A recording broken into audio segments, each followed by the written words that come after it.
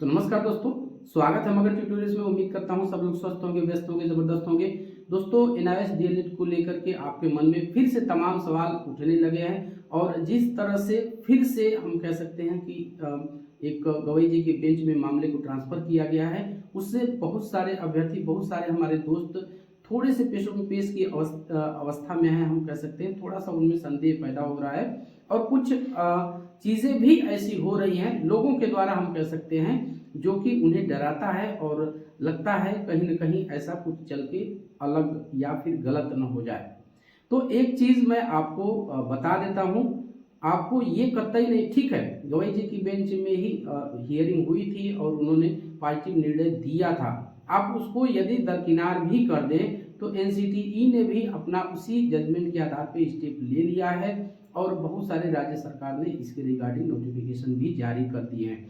तो आपको ये कतई सोच के घबराने की ज़रूरत नहीं है कि एनआईएस का आगे चल के कुछ बुरा हो सकता है। हम पूरी तरह से आश्वस्त हैं। मैंने कई लोगों से इस संबंध में बात भी किया कि सर क्या गवई जी अपना ही निर्णय इस एसएलपी ये जो केस जा रहा है इसमें ट्रांसफर पिटीशन भी है और वेस्ट बंगाल का मैटर है। मैंने पिछले वीडियो में आपको बताया भी था कि केस को ट्रांसफर कर दिया गया है और थोड़ा सा हम कह सकते हैं अपोनेंट की तरफ से नेगेटिविटी फैलाने की कोशिश की गई है। जो अपोजिट पार्टी है, और हम रेगुलर डीएलएड का नाम यहाँ पे ले सकते हैं, उनके जो एडवोकेट्स हैं वो कहते हैं कि ये सर्विस इन सर्विस नहीं है और गवई जी का जो निर्णय है वो पूरी और पूरी तरह से निर्भर है इन सर्विस टीचर के लिए। और जाहिर सी बात है, सबको पता है और इसको प्रमाणित करने में, इसको साबित करने में मनदीप कालरा सर जैसे वकील के लिए कोई बहुत बड़ी मुश्किल चीज़ नहीं होगी और वो वहाँ उपस्थित भी थे। हमने देखा था जो कोर्ट की कार्रवाई हुई थी, आप लोगों ने भी वीडियो देखी होगी। तो किसी भी तरह के इस तरह के कंफ्यूजन की हमारा आगे चल के कुछ बुरा हो सकता है या एनआईएस डीएलएड के संबंध में कुछ नेगेटिव हो सकता है, आप ये बात अपने मन से निकाल दीजिए। आपको जहां फोकस करना है आप वहीं फोकस कीजिए। आपका काम अब हो चुका है। एनआईएस डीएलएड फिर से इनवैलिड नहीं हो सकता या फिर एनआईएस डीएलएड पे और कोई इस तरह की बाध्यता की कोई संभावना नहीं है। आपको इस समय सिर्फ एक ही काम करना है, वो है आपकी स्टडी। देखिए, कंपटीशन बढ़ रहा है और आगे चल के और भी बढ़ेगा। तमाम नए नए बैच आ चुके हैं, अच्छे अच्छे बच्चे आ चुके हैं और कहीं न कहीं हम इस मुकदमेबाजी में 2-3 साल कह सकते हैं फंसे रह गए हैं और एक मानसिक कष्ट का भी दौर हमने झेला है और हम समझ सकते हैं पूरी तरह से कि हमारी जो कंटिन्यूटी थी, जो हमारा एक तारतम्यता थी पढ़ाई का, वो ब्रेक हो चुका है। और आप लोगों को पता होगा, अच्छी तरह से आप लोग जानते हैं, क्योंकि एनआईएस के जो अभ्यर्थी हैं इंटेलिजेंट अभ्यर्थी हैं और पढ़ा किस तरह से जाता है। एक बार जब कंटिन्यूटी भंग हो जाती है तो फिर से उसको ट्रैक पे लाने में थोड़ा समय लग जाता है। और चूंकि जो नया बैच आए हैं, नए नए बैच डीएलएड के आए हैं, वो बच्चे अभी तरोताज़ा हैं तो वो कड़ी टक्कर देंगे। हालांकि एक प्लस पॉइंट आप लोगों के पास है कि इस तरह के एग्जाम में बैठने का आप लोगों के पास पर्याप्त अनुभव है, लेकिन ये इसका मतलब कतई आप नहीं निकाल सकते कि आप थोड़ी मेहनत में कमी भी कर देंगे तो आपका सिलेक्शन हो जाएगा। तो यहाँ पद जितने भी आए, अभी टीआरई 4 की भी बात चल रही है कि टीआरई 4 जल्दी ही आने वाला है और आप ये मान लीजिए कि जल्दी ही आएगा, क्योंकि अब चुनावी जो सरगर्मियां हैं धीरे धीरे जोर पकड़ने लगी है बिहार के अंदर। तो आप मान के चलिए कि आएगा ही। और उत्तर प्रदेश की स्पेशली मैं बात यदि करूं तो उत्तर प्रदेश में भी अब वैकेंसी की प्रबल संभावना बन रही है।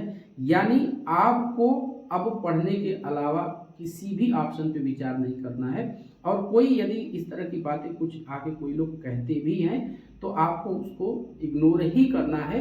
और अब एनआईएस डीएलएड पूरी और पूरी तरह से वैलिड है।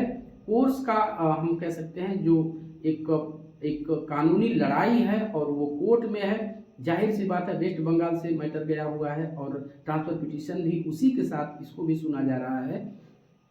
तो जो एक अदालत का निर्धारित प्रोसीजर होता है उसको पूरा वो करेंगे ही, क्योंकि अब जो बातें हो रही थी, जो बहस चल रही थी, वहाँ पे समझाया गया कि जस्टिस गवई जी की बेंच ने पहले ही 10 दिसंबर में निर्णय दे दिया है 24 में। अब इस केस में या इस कोर्स में कोई संदेह वाली चीज़ नहीं है। जजेस को ऐसा लगा कि जिस बेंच ने दे दिया, क्योंकि वो भी ओवरलैप नहीं करते हैं डिसीजन को और एक जज होने के नाते दूसरे जज के डिसीजन का वो सम्मान करते हैं।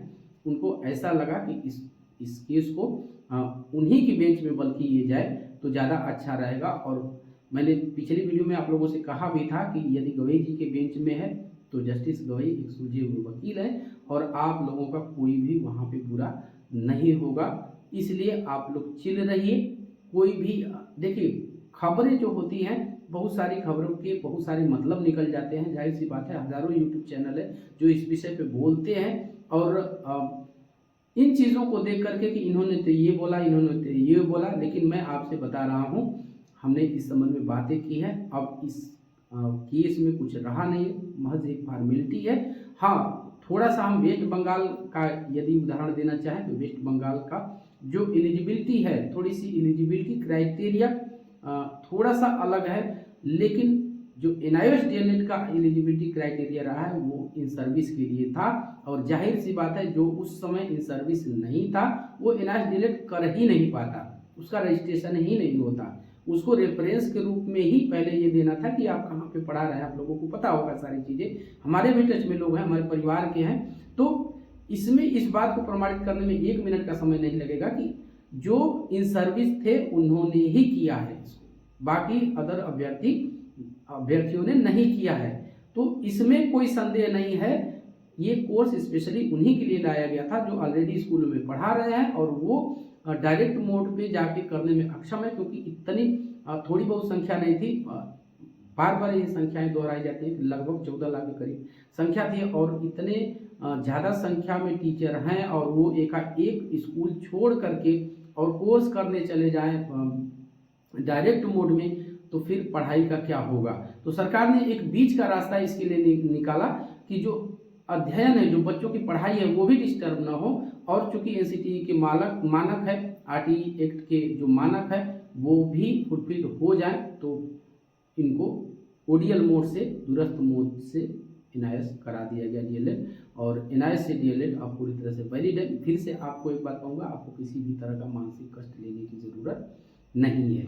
तो बस दोस्तों, यही था आज की वीडियो में। उम्मीद करते हैं कि आपको वीडियो पसंद आई होगी और चलते चलते वही रिक्वेस्ट दोस्तों, कृपया इस चैनल को लाइक शेयर और सब्सक्राइब जरूर कीजिए दोस्तों। जब आप ऐसा करते हैं तो हमें मोटिवेशन जरूर मिलता है। मिलते हैं अगली वीडियो में, तब तक के लिए नमस्कार।